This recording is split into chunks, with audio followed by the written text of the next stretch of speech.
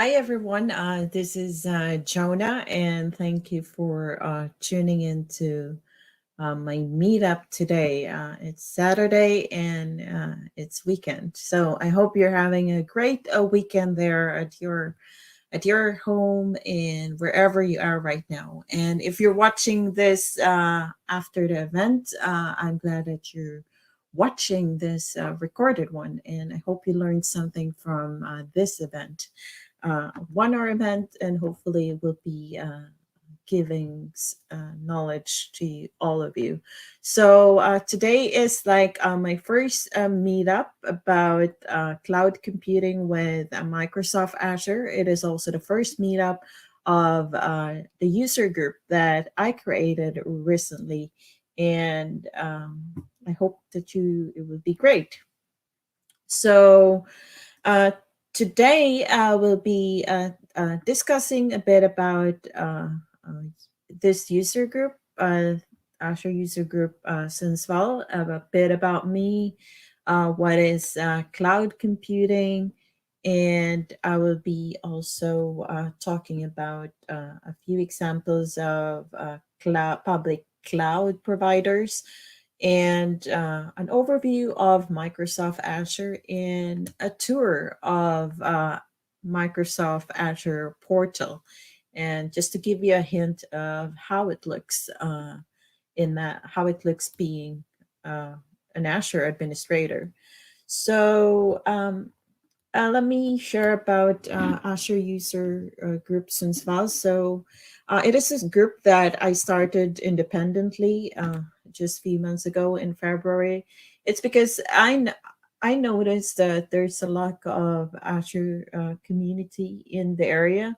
And because of COVID and the pandemic that we have almost a year now, it's kind of not easy to meet up in person.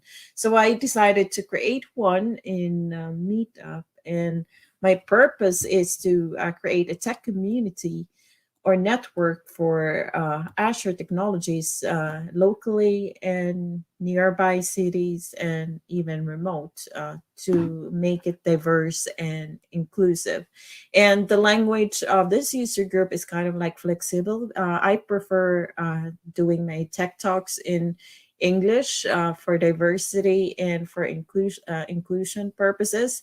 And I'm also, but I welcome Swedish speakers, so we can be flexible, so we can make this a user group bilingual and make a way to make it accessible by adding translation. So, but basically, it should be English, Swedish as the main language, and my purpose and hope is that I would be able, through this user group, I would be able to unite and network all with everyone about development with this cloud platform.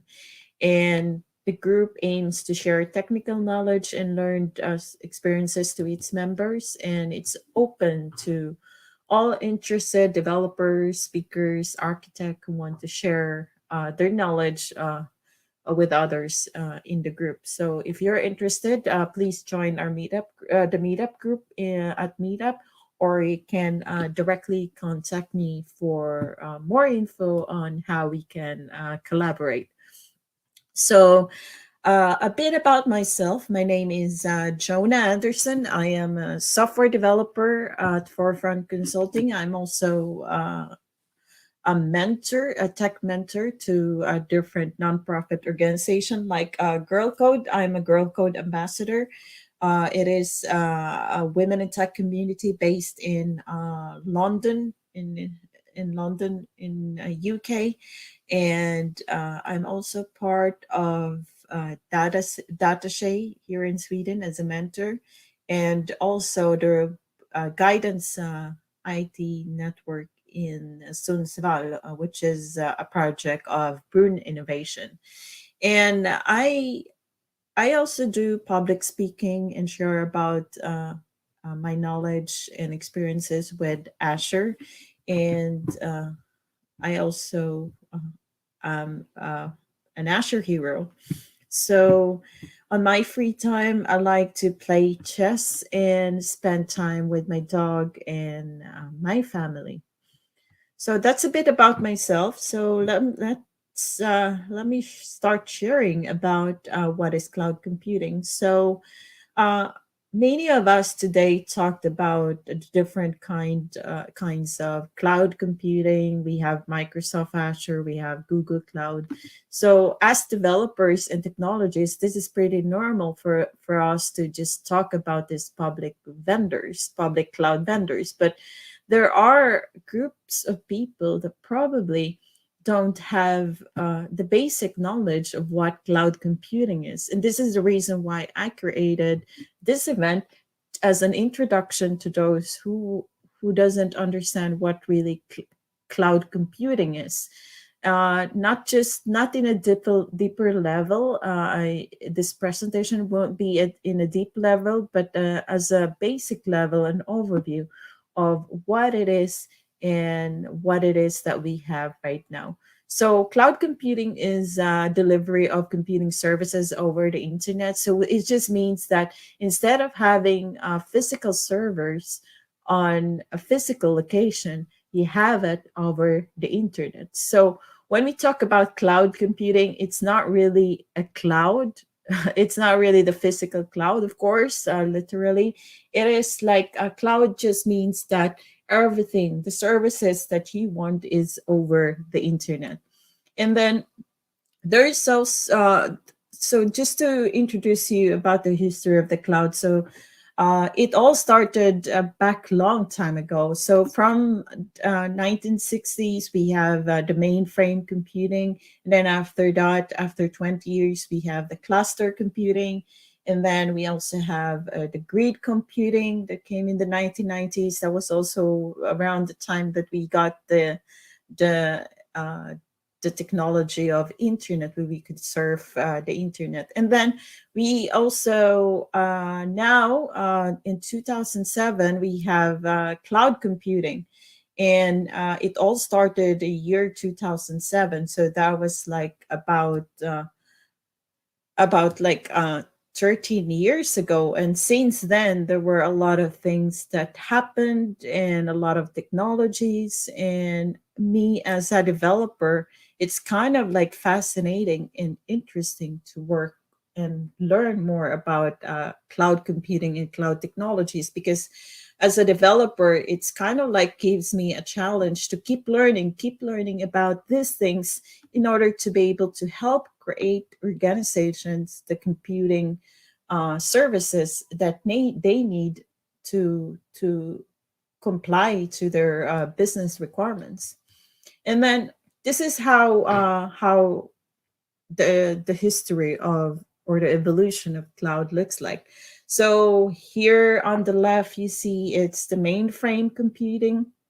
You see, you have big computers like big boxes, and they are used to perform powerfully with powerful and fast input output operations. And that already started in the 1960s.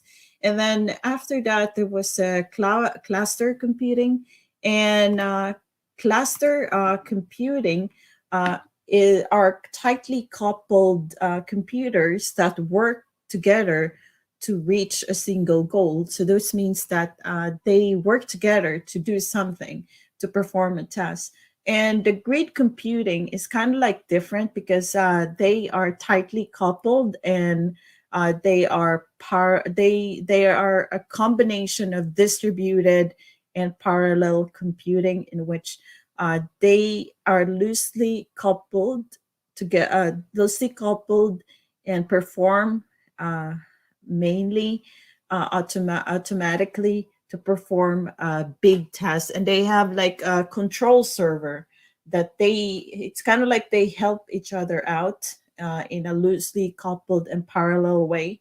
And they have a control server to perform a very big task.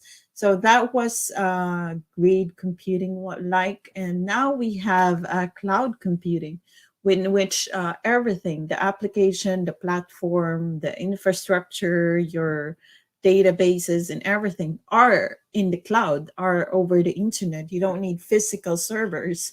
So you manage your cloud services, regardless of what it is, over the internet, using your web browser and your portal and cloud management tool. So this is how mainframe computers look like. So as you can see, they're longer than us, taller than us, and they're pretty big and powerful, and they can perform lots of and powerful and quick operations at that time. So there are still mainframe computers that exist these days. So it's kind of interesting how that technology has moved forward into something that is over the cloud. So why am I talking about the cloud today? I'm sharing about cloud because there are many benefits of the cloud. So cloud computing is a big shift from the traditional way in how we do business with our systems. So instead of having physical servers in a physical location, we all have it over the internet. So there are common benefits and reasons why many people or many organizations are considering to move up to the cloud. It's because of the cost elimination, which means that cost elimination of CapEx, which means CapEx is capital expenses, which is pretty normal in traditional business systems, in which you have to get started with your system. You need to have to buy a physical location and have your data centers, your servers in a physical location, or hire a company to take care of that. So you do the capital expenses. You do spend a lot for the capital first, but with cloud services or cloud computing, you have the option to focus on your operational expenses, or OPEX, which means that you only pay for what you use operationally in your organization or your business system. And there's also speed. So in most cloud computing services that we have today, they provide speed and options in different speed options in different levels. It's because they're known to be quick and fast and provisioned and can provision your cloud resources quickly in just a few clicks. So there's also global scale. So with cloud computing services these days, you have the option to globally provision it and choose the kind of where you can choose where you want your cloud services be provisioned. So, but it depends. For example, if you have a business in Europe, then it's more advisable that you provision your resources in Europe region. But if you have your business in different locations in the entire global market, then global scaling through cloud computing and global capabilities of this is really useful. And also productivity. So cloud computing services provides productivity not just for businesses, but not just for businesses and IT operations, but also for developers. So regardless of which one you're going to use, it gives us productivity. For example, if you choose platform as a service for your cloud, your developers in your company can just use the platform as a service on the cloud and focus on developer productivity, and they without thinking about having the infrastructure. And of course, if you decide to host your infrastructure on the cloud, this means that you minimize the effort and the time that you have to do when you have your data centers or infrastructure in a physical server. So it gives us a lot of productivity alternatives. And then performance. So performance means that cloud computing runs on a worldwide internet network. So that means it gives its users the ability to to to per, to have their systems perform well and with its have availability options. And then it's also reliability in a way that most cloud providers think of security policies and data protection with your cloud services. It also means that in times of data failure, there's an option for disaster recovery and replication of your system in data into the cloud within your own subscription. And there's also security that actively tracks on suspicious attacks, internet DDoS attack, for example, over the cloud, and firewall is also on the cloud, and you have that option too. Many people are worried about moving to the cloud because um, they're they're putting in their data in over the internet, but it's not actually the case. It's there is security there, and of course, there's every cloud provider has their policy that, for example, when it comes to data and security, we as the users of these public cloud vendors have the responsibility in how we handle or expose our data through our applications. So this is something that is security options, services are available for everyone, high security for everyone or on any cloud vendors. But we as a user or organization have a responsibility in our security and how we expose our data to. And last but not the least, auto scaling is one of the great benefits of the cloud, which means that instead of upgrading your physical data servers or web servers, you have or changing the disk of that, you have with just few clicks, you have, and with just few clicks and configuration, you have the option to auto scale your cloud services based on your system workloads. For example, if you have a virtual machine in the cloud and your VM needs more performance and more CPU and more core, then you can just set it up in auto scaling, and that also provides productivity. So there are a lot of great benefits of the cloud. And next is the different types of cloud service models. So there are basically four types of cloud service models: the public cloud, private cloud, hybrid cloud, and also the community cloud. So public cloud is what's common these days. It is typically here. It's typically common these days, like Microsoft Azure. So it's recommended for software development and collaborative projects. And there's also the hybrid cloud, which is a combination of a public and a private cloud. So this is when you want to have some of your systems or cloud services have more privacy, and you have security regulations that requires that you need to be in the private cloud.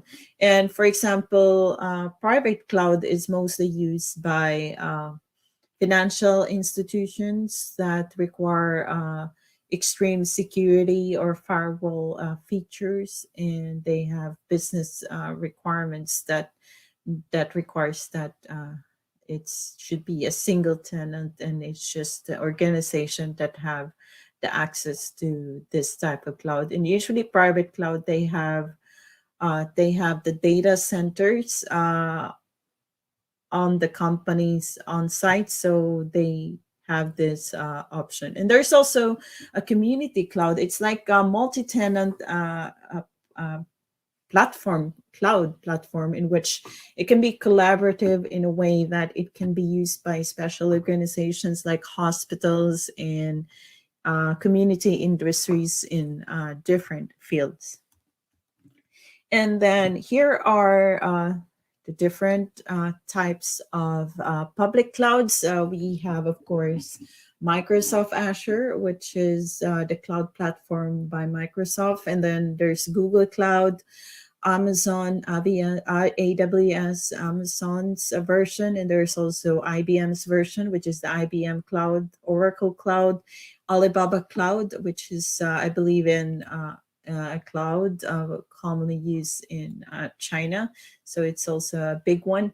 But I personally, as a .NET developer, since .NET is a Microsoft platform, I'm actually focusing on learning and developing solutions with Microsoft Azure. And of course, which cloud provider that you choose for your business requirements actually depends on what you need.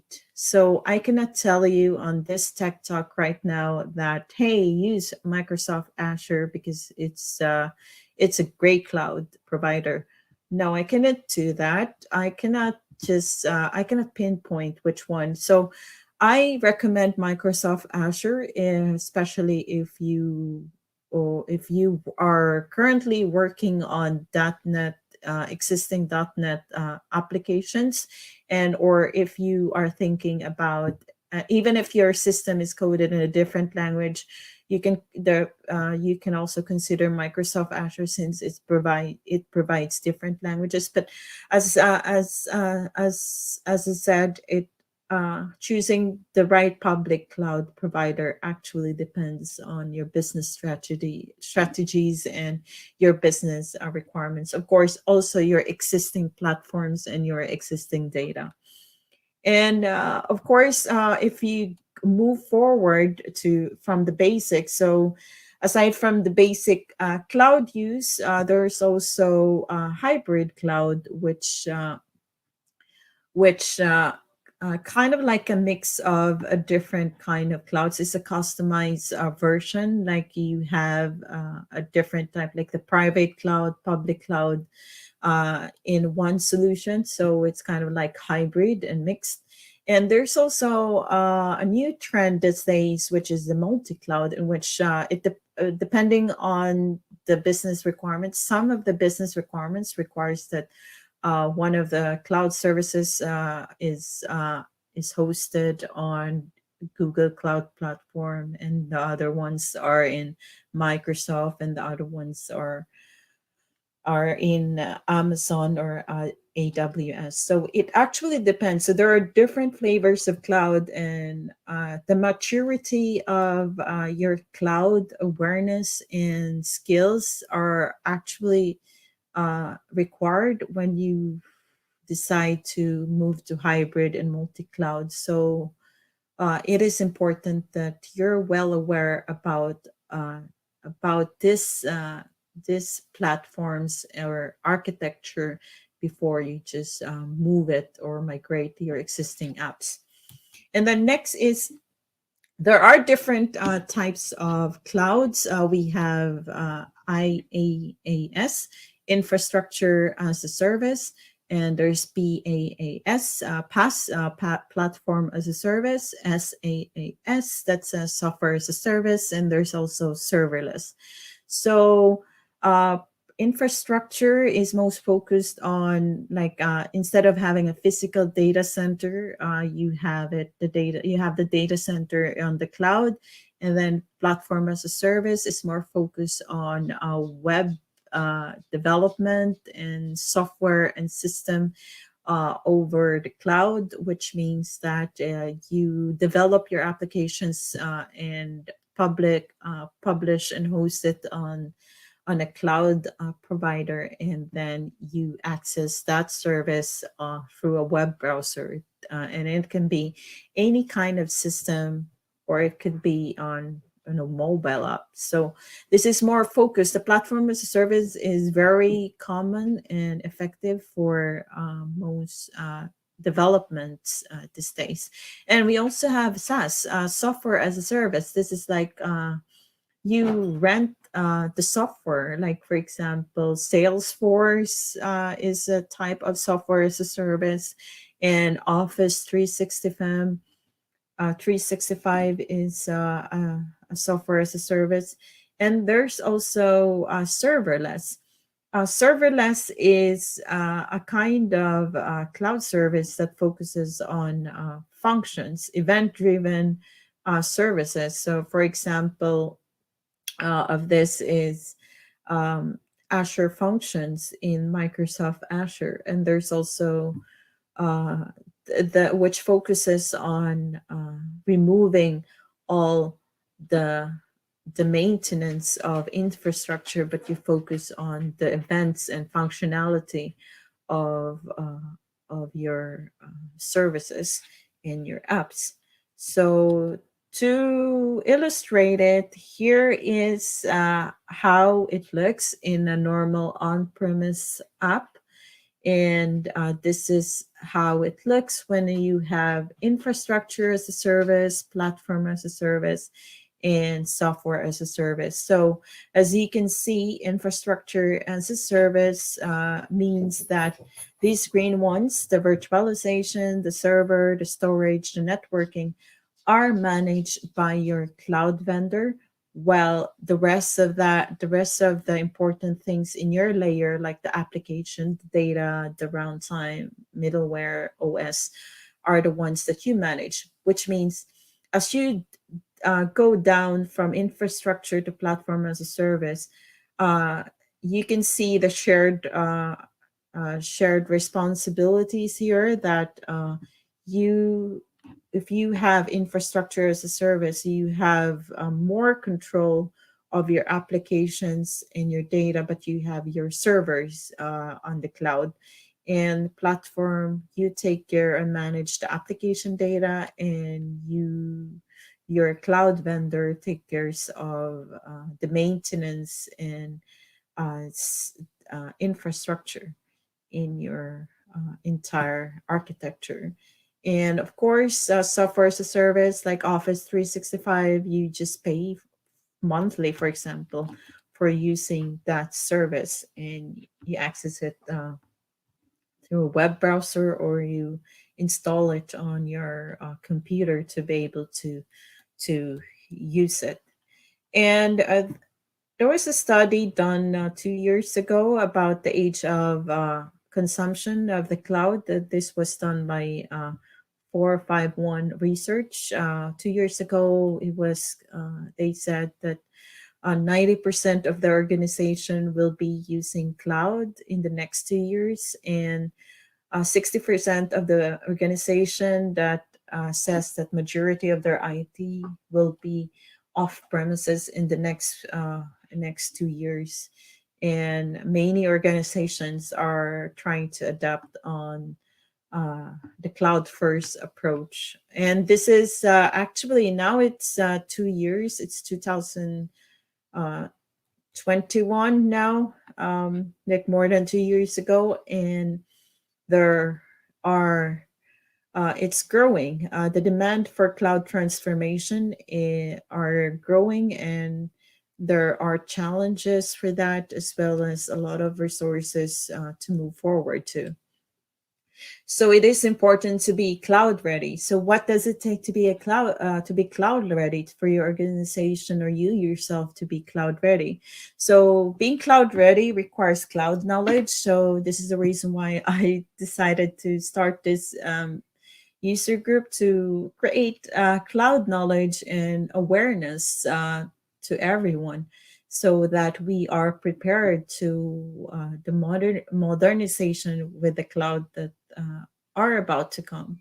So of course, we don't want to get we do not want to get behind with our technology. So it is also important to adopt cloud and be ready to transform your apps, your systems, yourselves, and even your team or your organization with the cloud thing technologies that are happening and are gonna be in the coming years. And migration strategies, you cannot just move up to the cloud. Hey, I have an old system here, we've used it for a while, I want to move it to the cloud. You cannot just move your system over over the cloud, regardless of which cloud provider that you choose. You need to have your migration strategies, and each cloud provider, for example, Microsoft Azure, have their great resources in helping clients and users with their cloud migration plans. So there's a cloud adaptation framework in Microsoft that everyone can check for migration strategies. And of course, you need to reevaluate your business requirements and do analysis on the benefits that cloud transformation can uh, give you, your organization, and your clients. So you also need to build a cloud team, an organization that will be ready for that transformation. So these things are very important. And if you're watching this right now and you're gaining knowledge, so you are in a good start. And if you are already expert in cloud development and moving things to the cloud, then that's great. You're on the good track, and keep sharing that to others, because we all need to help each other when it comes to this digitalization and modernization with cloud technologies. All right, so next is I'm going to focus on a public cloud vendor, Microsoft Azure. It's because um, I've been working on with Azure for a while, and I really like working with them. So I will be focusing on Microsoft Azure uh, in this session. And to introduce you what Microsoft Azure is, it is a cloud platform by Microsoft, and they have more than 200 products and cloud services that they offer, and there's a great flexibility in Microsoft Azure, in which it gives you the capability to build, run, manage your applications across different platforms, on premises, uh, or multi-cloud. So you can learn more about Microsoft Azure under documentation azure.microsoft.com. So this is an overview of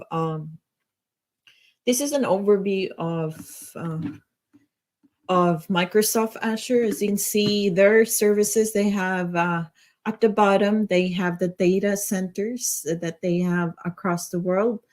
And as the bottom, as the main foundation.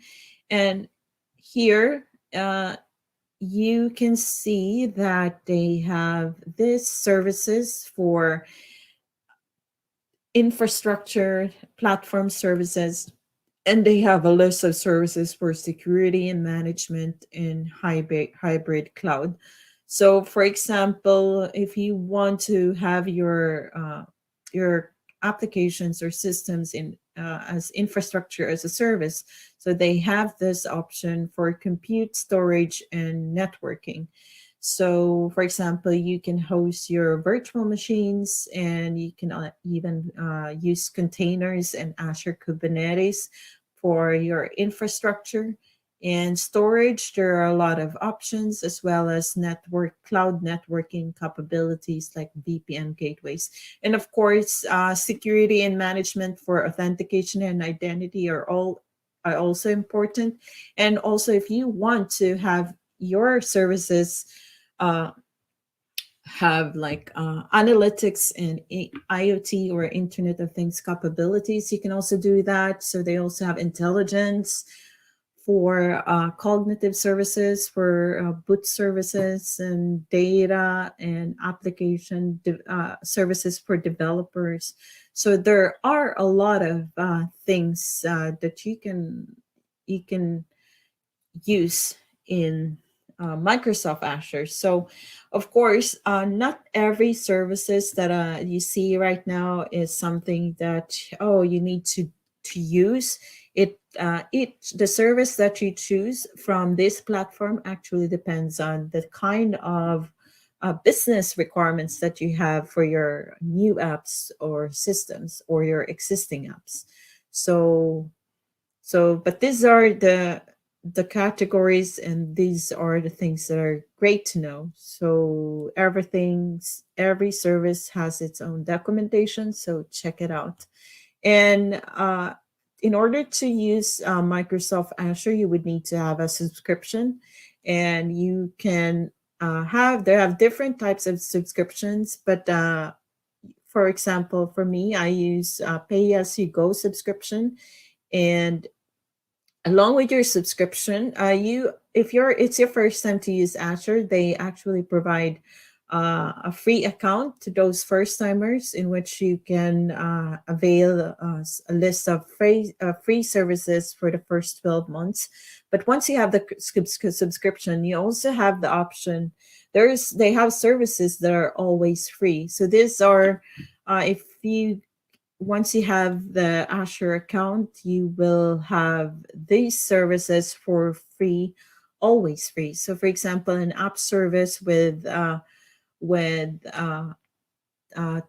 app services, and then functions. And so, of course, they have different rules for that. So you have Service Fabric. You can use IoT Hub for 8,000 messages per day, the load balancers, and more.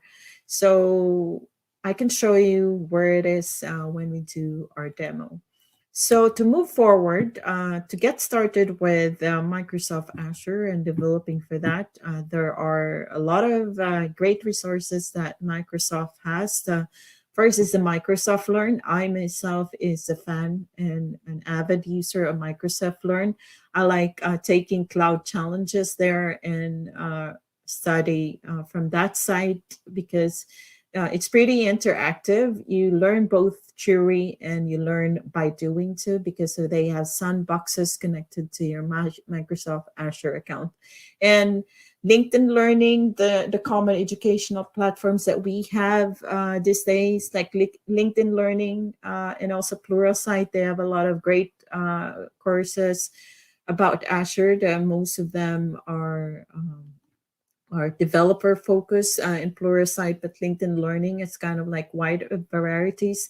But if you are a type of developer or person that doesn't want to go through courses, then you can just go ahead and plan your learning and just read the documentation depending on which kind of service that you want to deepen your knowledge.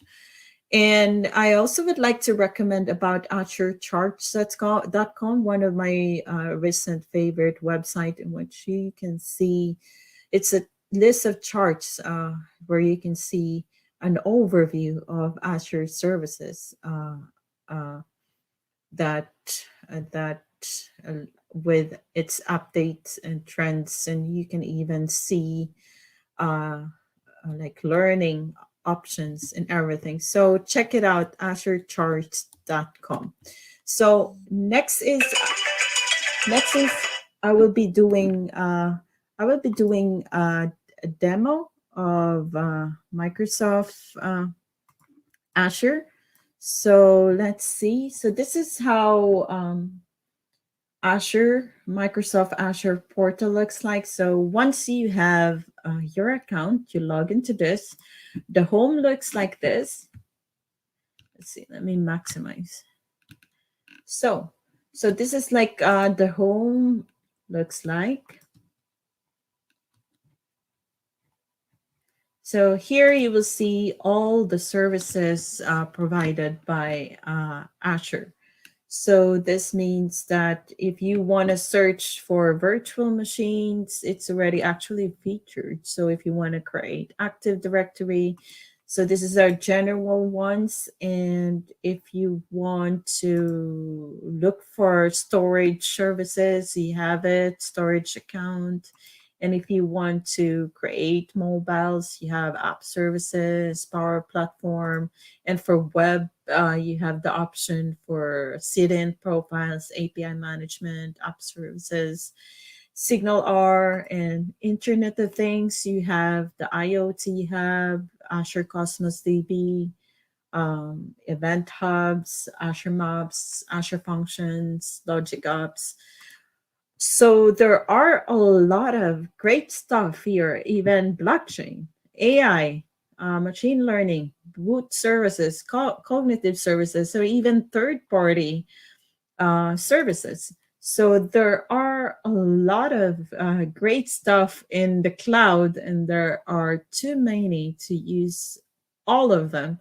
So it's each of the service in Microsoft Azure is pretty unique in a way that each of them has their main purpose and specific purpose, but at the same time they're also used to be used in together. So if your application is in Azure, so you can have your application use other types of services, and they're all in one place. So this is just a quick demo of how Azure Portal looks like. So you can definitely check it out, and maybe next time I can show you some demos of different services, like creating web apps and other interesting stuff to learn on this portal. So, so that's this is the Azure Portal, and in Azure Portal, if you're this is just like a click and user friendly way to access. But if you are a developer who code wants to code in the portal, there's actually a feature in Azure Portal called Cloud Shell. And in the Cloud Shell, that is connected to all your services as long as you're logged in. And in your Cloud Shell, you have the option to create and manage your Azure services or your cloud services using the Azure CLI commands or PowerShell commands, using different commands in two ways: the bash, the cloud shell, and also the PowerShell. So for example, uh, if you choose Azure Cloud Shell for bash, then you can just, if you're not sure what command, so you can just look for the documentation for that and see what kind of services that you want to manage. So there's always AC help. That's a keyword for Azure CLI. And here you can see different keywords that you can use in managing your account. For example, AC account, if you want to see the status or manage your Azure subscription. ACED for Microsoft Azure Directory. So your boot, your cloud, your CDN deployment. So there are a lot of great stuff. And of course, there's also PowerShell. And this is a PowerShell. So it's like the PowerShell that you have on your Windows computer, but you have it on the cloud. So it basically uses the same kind of commands. So if you're interested to learn more about the commands and do it programmatically, then there's that option too. Otherwise, it's kind of like optional. You have the option to manage your services through the portal as well. So that's a quick demo about Microsoft Azure and Azure Portal. So In conclusion, I I shared a bit about the purpose of this meetup group, and this is the first event. A bit of history of cloud computing, different types of cloud models. You had an overview and demo of Microsoft Azure Portal, and some resources to get started. So I hope that you learned a lot. And for the upcoming events, I would like to share about the upcoming events where I will be sharing knowledge about Azure. So on April 1st, that's next week at 7 p.m. Swedish time or CEST, I will be talking about cloud migration, moving applications to the cloud experience that I had at Azure Thursdays, and I will be doing that along with the other speakers. Interesting talks they will be having too. So if you have time, you can register on that event as well. And I will be talking about an overview about Azure Service Bus on April 17th. Also a Saturday about the same time, or a different schedule.